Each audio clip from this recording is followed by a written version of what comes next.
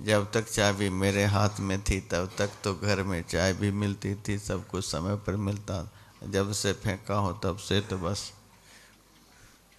मैंने कहा इसका मतलब क्या हुआ? मेरी बात मानने से आपकी दुर्गति हो गई, यही ना आप सुनाना चाहते हैं? आपकी बात मान लेने से हमारी यह सब हालत हुई। साधु की बात को मानने से ऐसा हुआ। समाज में आप यही जानना चाहते हैं? मैंने कहा सुनो, मैंने कहा था चाबी फेंको और माला पकड़ो, तो चाबी को फेंक करके माला पकड़ा था कि नहीं? तब कहता अरे महाराज धोखे से माला भी फेंक दिया।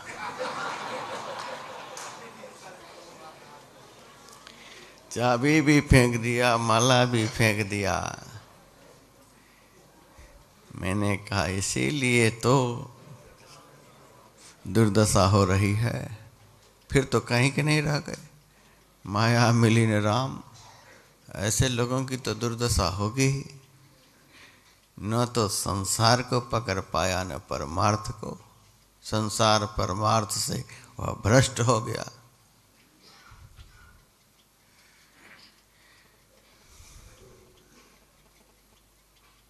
सत्संग करने के लिए गुरु महाराज ने कहा,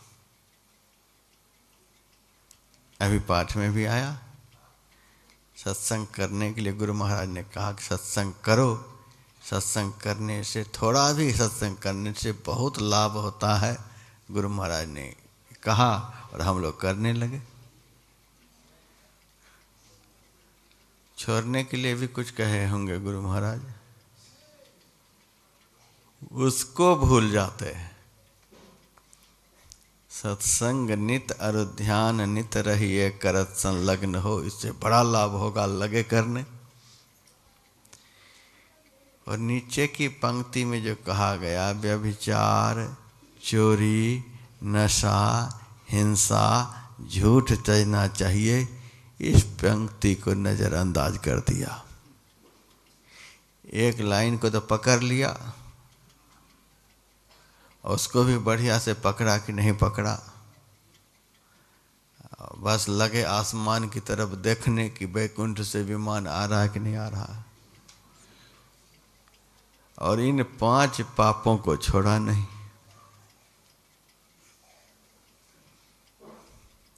औषध खाए और पथ रहे ताके वेदन जाए।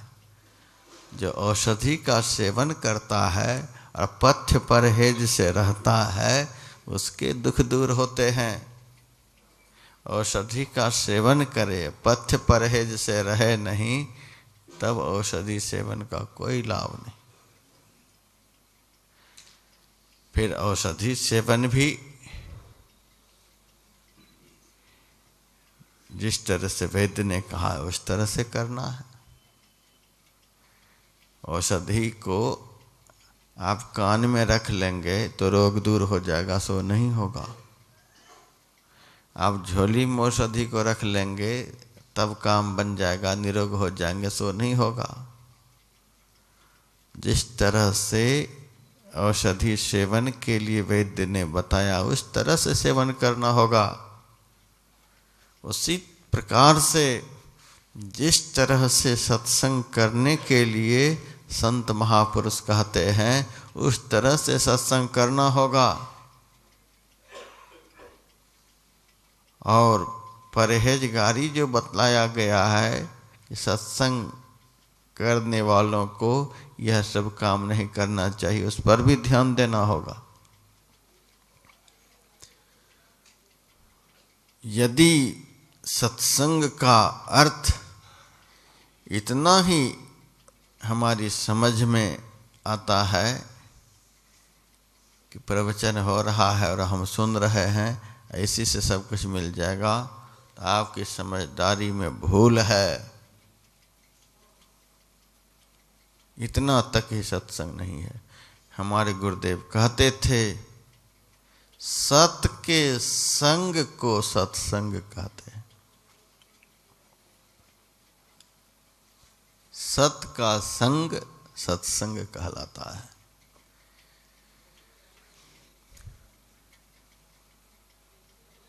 कान से सत से संबंधित वचन को सुने। सत अपरिवर्तनशील, त्रिकालाबाधित, अभाव रहित, सृष्टि के कण कण में परिव्याप्त परमात्मा को कहते हैं।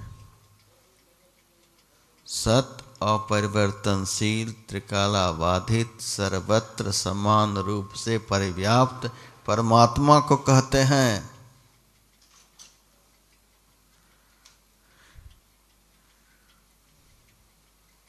उस परमात्मा की चर्चा को जिन्होंने सत का साक्षात्कार कर लिया है, ऐसे संत के मुखारबिंद से उनकी चर्चा हो रही है। हम अपने कान से श्रद्धा पूर्वक सुने। सत की चर्चा, परमात्मा की चर्चा कान से सुने। यह सामान्य सत्संग है।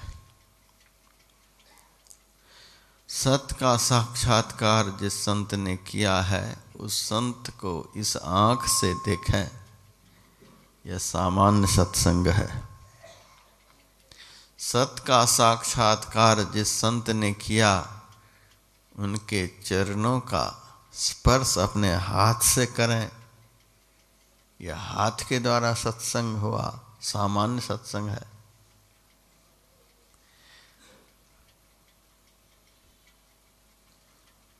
संत महापुरुषों के दर्शनार्थ, उनके प्रवचन को श्रवणार्थ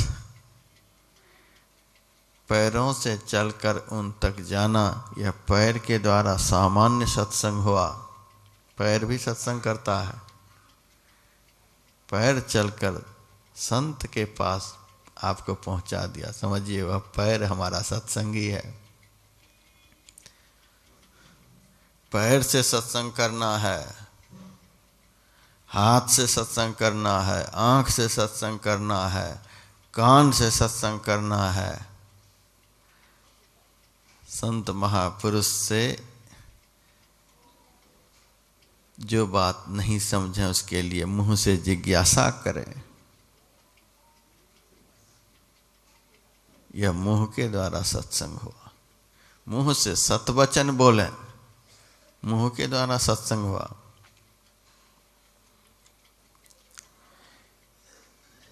मन से सत वस्तु का जहाँ तक हो सके चिंतन मनन करें। चित्त से, बुद्धि से, यानी समग्र इंद्रियों को बाह्य संसार के विषयों से हटाकर संत महापुरुष जिस चिंतन मनन में लगाने के लिए कहते हैं, उस तरह से लगा करके रखें। अर्थात 14 इंद्रियों को वेद शास्त्रानुकूल, संत ज्ञानानुकूल विषयों में लगा करके रखना, यह इंद्रियों के माध्यम से सामान्य सत्संग हुआ। यह सामान्य सत्संग है। इससे उत्कृष्ट सत्संग सत से सत का संग हो जाए, यह सबसे उत्कृष्ट सत्संग। परमात्मा तो सत है, त्रिकालाबाधित तत्व है, और इस शरीर में रहने वाला जो है वह क्या मरने वाला है, वह भी सत है। हम सत हैं और हमारे परमात्मा सत है। परमात्म सत्य से जाकर यह आत्मा रूपी सत्य मिल जाए। आत्मा और परमात्मा का मिलन यह सर्वोत्कृष्ट सत्संग है।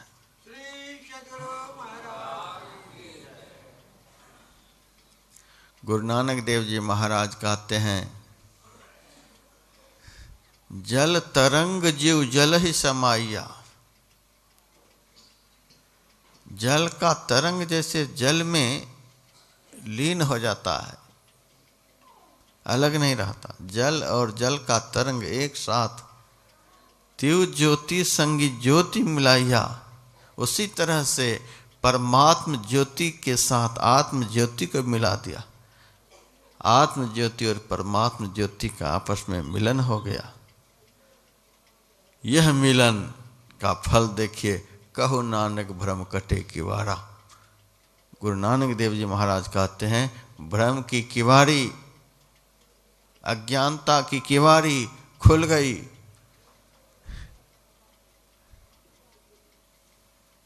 अज्ञान ही परमात्म ज्ञान से हमें वंचित कराता है। अज्ञानता की किवाड़ी खुल गई। बहुरी न होइए जौला जीव। यह जीव फिर दुखमय संसार में नहीं आएगा, जन्म मरण के चक्र में नहीं पड़ेगा। गुरु महाराज की वाणी में, हम प्रभु प्रभु हम एक ही होई, द्वंद्व और द्वैत रहे नहीं कोई, मैं ही ऐसी आरती कीजै, भव महा बहुरी जन्म नहीं लीजै। हम और हमारे प्रभु ये दोनों मिलकर एक हो गए। हम प्रभु प्रभु हम एक ही हो गए। द्वंद्व द्वैत सब खत्म हो गया, विषमता खत्म हो गई। गई पूतली लोन की थाह समुंदर लेन, आपा गली पानी भई कौन कहे अब बैन। नमक की पुतली समुद्र की तलहटी का पता लगाने के लिए चली, लेकिन चलते चलते चलते रास्ते में ही गलकर समुद्र के जल में मिल गई। अब कौन कहे कि समुद्र में कितनी गहराई है। उसी तरह से अंदर ही अंदर यात्रा करते हुए परमात्म दर्शन हो गया। परमात्मा में मिलकर एकीभूत हो गए, बस सत्संग हो गया।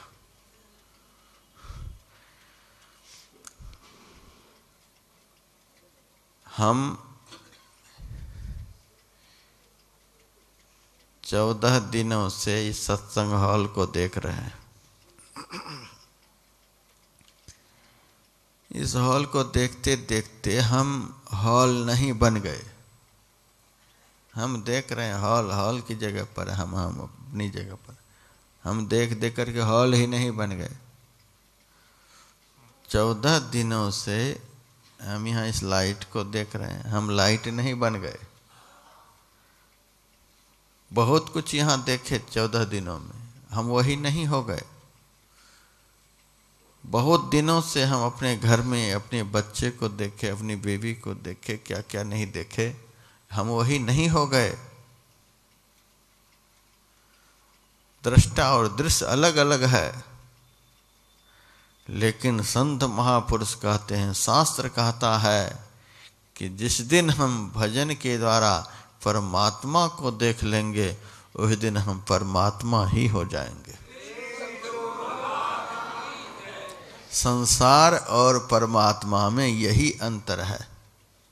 भगवान श्री राम ने हनुमान जी से कहा था, दर्शना दर्शने हित्वा स्वयं केवल रूपतः यं आस्ते कपि शार्दूल ब्रह्म स ब्रह्मवित् स्वयं। दर्शन और अदर्शन को छोड़कर पुरुष कैवल्य स्वरूप हो जाता है। दर्शन कहते हैं अंतर ज्योति को, अदर्शन कहते हैं अंतर्नाद को। अंतर ज्योति की साधना अंदर में त्रिकुटी तक होती है। आज्ञा चक्र से विविध ज्योतियों का दर्शन करता हुआ अभ्यासी त्रिकुटी चक्र तक पहुंचता है। वहाँ तक ज्योति की प्रबलता रहती है। और त्रिकुटी चक्र से आगे अंतर्नाद की साधना होती है। विविध नादों को अंदर ही अंदर सुनता हुआ अभ्यासी अंदर के सारे आवरणों को, सारे मंडलों को, सारे केंद्रों को पार करता हुआ वहाँ पहुँच जाता है जहाँ शब्द नहीं है। तो त्रिकुटी चक्र तक दर्शन की साधना, त्रिकुटी से आगे अदर्शन साधना, अंतर ज्योति और अंतर्नाद की साधना को ही दर्शन अदर्शन कहते हैं।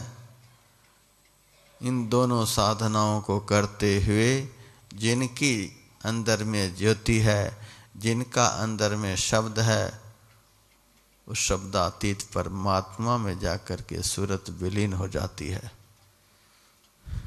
दर्शना दर्शन हित्वा,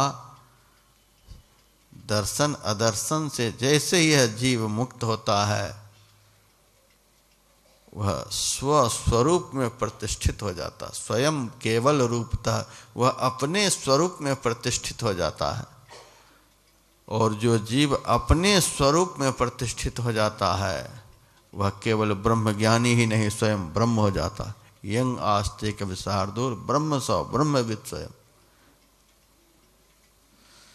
सोई जाने जह देह जनाई, जानत तुम्हें तुम्हें हो जाई।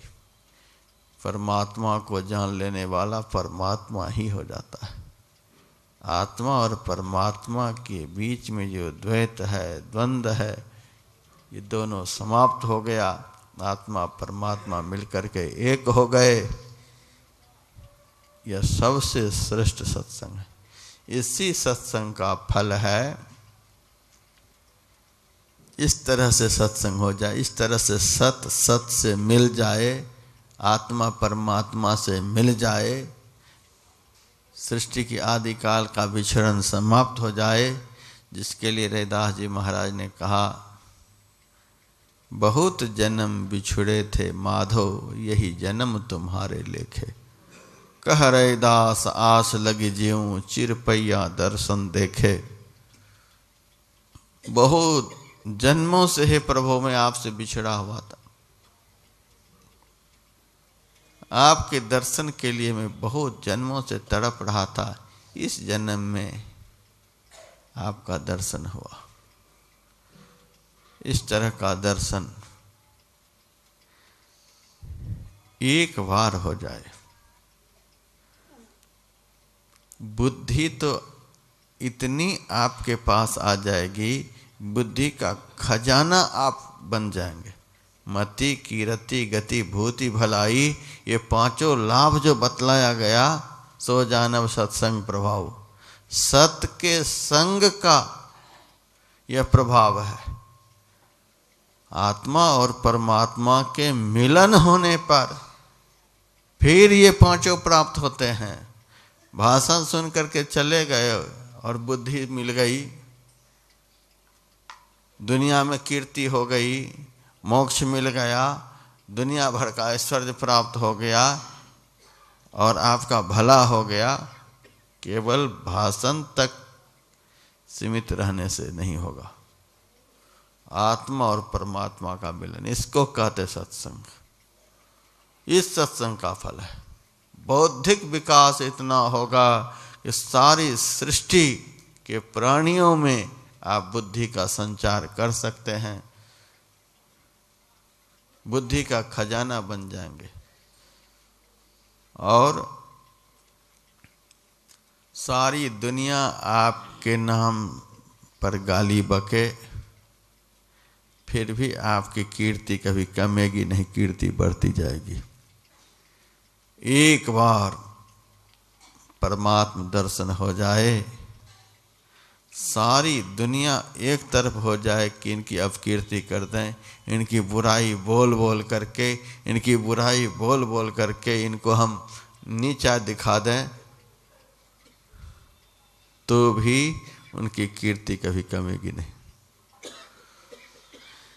सारी दुनिया के लोग सारी दुनिया की रस्सी से उनको बांध देंगे, फिर भी वह बंधन में पड़ नहीं सकते, वो मुक्त हैं। एक बहुत बड़े संत हुए भारत की भूमि पर, जिनका नाम था गोस्वामी लक्ष्मीनाथ परमहंस। वे सत्संग का प्रचार करते हुए नेपाल गए। वहाँ के राजा उनसे पूछा, महाराज आप कोई चमत्कार दिखलाते हैं? संत ने कहा, मैं तो चमत्कार दिखलाता हूँ नहीं, चमत्कार दिखलाने वाला महात्मा नहीं, मैं तो भजन कीर्तन करता हूँ, ज्ञानोपदेश करता हूँ। तुम यदि चमत्कार जानते हो तो तुम दिखला सकते हो, मैं तो चमत्कार जानता नहीं। राजा ने कहा, मेरा चमत्कार देखना चाहते हो? कहा हाँ। सिपाही को आदेश दिया, इस महात्मा को हाथ पैर बांध करके कारागार में डाल दो, देखो मेरा चमत्कार। शिष्य मंडली रोने लग गई, हाय हाय यह तो बड़ा अनर्थ हो गया। अब हमारे गुरुदेव को ये दुष्ट पापी हाथ पैर बांध कर कारागार में डालेंगे, अब हम रहेंगे किसको लेकर? सब रोने लग गए।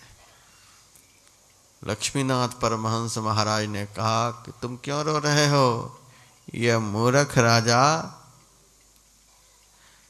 हवा को कमरे में बंद करना चाहता है। तू जा, जिस रास्ते से मैं आया हूँ उसी रास्ते से जा, मैं कोई दूर में जाकर मिल जाऊंगा।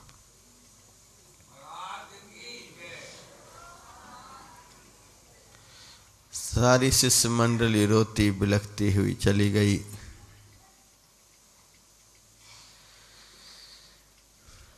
इनसे पूछा गया, कारागार में खाओगे क्या? कहा मैं तो मस्त हाथी हूँ, हाथी जो खाता है वो रख दो। केले के थंभ, बरगद पीपल की मोटी मोटी टहनियाँ कारागार में बंद कर दी। महात्मा को भी अंदर में डाल दिया। कारागार में ताला लगा दिया। क्या होता है, गोस्वामी लक्ष्मीनाथ परमहंस महाराज ने सारे थंब और सारी टहनियों को लिद बना दिया और कारागार से अंतर्धान हो गए।